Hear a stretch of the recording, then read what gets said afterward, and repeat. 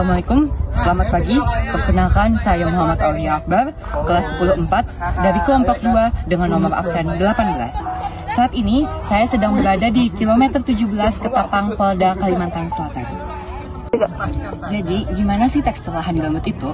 Tekstur lahan gambut berupa spon. Dia bisa menyerap air dan mengeluarkan air, menyerap karbon dan juga mengeluarkan karbon.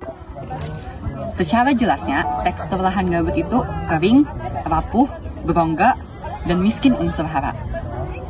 Bagaimana lahan gambut terbentuk? Jadi izinkan saya di sini menjelaskan. Lapisan-lapisan gambut terbentuk dalam jangka waktu sekitar 10.000 sampai 5.000 tahun yang lalu. Sedangkan gambut di Indonesia diperkirakan terbentuk sejak 6.800 sampai dengan 4.200 tahun lalu. Penumpukan lapisan ini dapat mencapai kedalaman hingga 10 sampai dengan 15 meter. Untuk membentuk gambut dengan ketebalan 4 meter dibutuhkan sekurang-kurangnya waktu 2000 tahun. Proses pembentukan gambut dimulai dari danau dangkal yang ditumbuhi oleh tanaman air atau vegetasi lahan basah yang mati. Kemudian melapuk atau deforestasi sehingga membentuk lapisan organik di dasar danau. Seiring berjalannya waktu, lapisan demi lapisan terbentuk di atas tanah mineral di dasar danau sehingga danau menjadi penuh dengan gambut. Lapisan gambut yang memenuhi danau inilah yang kemudian disebut gambut topogen. Gambut topogen memiliki kedalaman 2 meter dengan sifat lapisan tanah yang subur dan tingkat keasaman yang rendah. Pada waktu tertentu, misalnya saat banjir besar, terjadi pengayaan mineral yang menjadikan gambut tersebut semakin subur.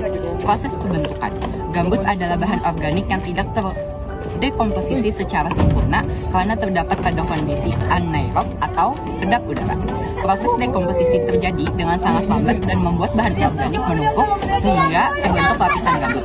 Lapisan selanjutnya adalah gambut embrogen yang berada di atas dan menutupi lapisan gambut topogen. Gambut di embrogen memiliki ketebalan melebihi permukaan danau sehingga terlihat menyerupai kubah. Pembentukan gambut embrogen ini melibatkan elemen air hujan yang berperan sebagai pembersih lapisan tanah sehingga unsur hara dalam lapisan gambut embrogen menjadi berkurang. Berikut proses secara jelasnya. Yang pertama, tumbuhnya tumbuhan di lahan basah. Lahan gambut umumnya terbentuk di daerah yang memiliki genangan air atau rawa, di mana tumbuhan air atau tumbuhan lahan basah tumbuh subur. Yang kedua, tumbuhan tersebut mati dan menumpuk sisa-sisa tumbuhan. Ketika tumbuhan mati, mereka tidak terdekomposisi sempurna karena kurangnya oksigen di lingkungan yang tergenang air. Yang ketiga, terhambatnya dekomposisi. Kondisi anaerob tanpa oksigen dan faktor lingkungan lainnya menyebabkan proses dekomposisi atau pembusukan menjadi sangat lambat. Yang keempat, pembentukan lapisan gambut. Timbunan sisa-sisa tumbuhan yang tidak terdekomposisi sempurna secara bertahap membentuk lapisan gambut. 5. Pendangkalan danau atau genangan air. Sering berjalannya waktu, lapisan gambut yang semakin tebal menyebabkan pendangkalan genangan air atau danau dangkal. Yang keenam, tumbuhnya tumbuhan baru di atas lapisan gambut. Tanaman baru akan tumbuh di atas lapisan gambut yang tidak terbentuk. Siklus ini akan terus terulang hingga lapisan gambut semakin tebal. Jadi setelah wawancara yang saya lakukan dengan kakak yang tadi, saya bisa menyimpulkan bahwa awalnya lahan gambut ini terbentuk secara alami, kemudian diganti alih fungsi menjadi lahan pertanian yang bisa menjadi sumber daya ekonomi bagi masyarakat. Kemudian yang saya ketahui adalah lahan ini bukan lahan milik pribadi atau milik negara. Setahu saya modalnya itu dari perusahaan, sehingga keuntungan dari lahan jagung yang akan diambil nanti itu akan dibagi-bagi oleh perusahaan yang menanam saham di sini. Kemudian rencananya tahun depan akan ada 368 hektar yang dibuka untuk alih fungsi menjadi lahan pertanian yang menguntungkan bagi masyarakat sekitar. Kemudian saya tanya tadi sama kakaknya, apakah ketika alih fungsi lahan ini terjadi daya serap gambut ini terhadap karbon berkurang? Kata kakaknya tidak berkurang, namun aliran airnya tentu saja berkurang karena air di lahan gambut ini diserap oleh jagung dan tanaman-tanaman lainnya. Kemudian setelah saya tanya tadi, lahan gambut ini termasuk membaik atau memburuk? Jawaban kakaknya adalah membaik. Yang awalnya lahan gambut yang hanya berfungsi sebagai sumber kayu untuk bangunan menjadi lahan pertanian bagi banyak masyarakat. Kemudian ada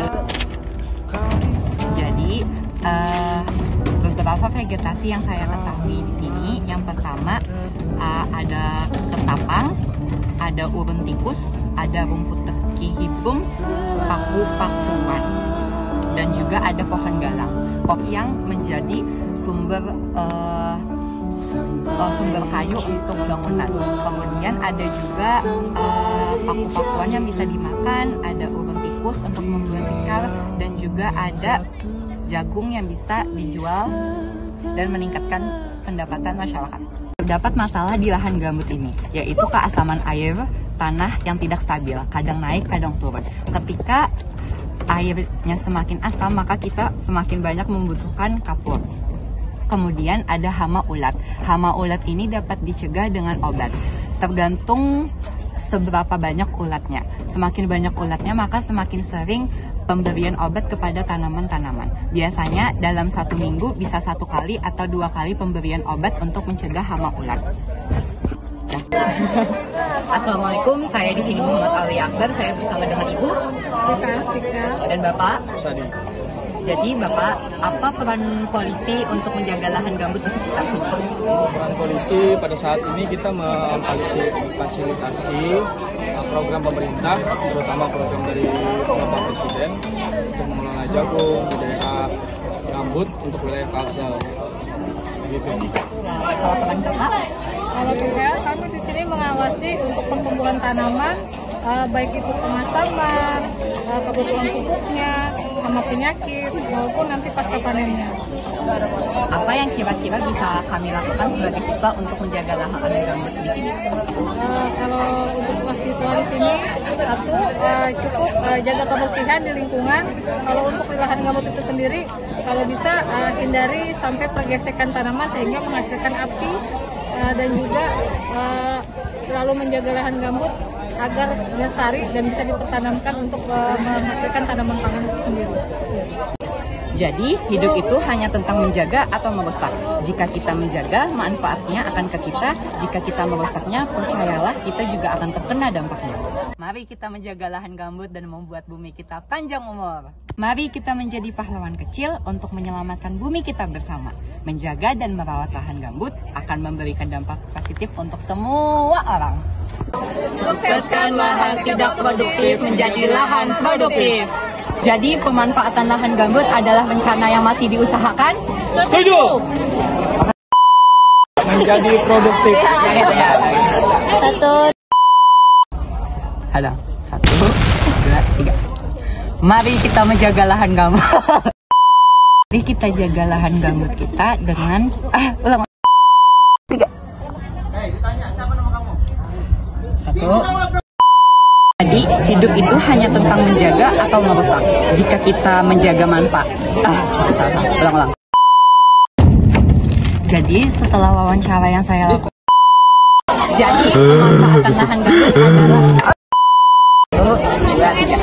Jadi, lahan gambut dengan kondisi semestinya adalah rencana yang masih diusahakan. Setuju.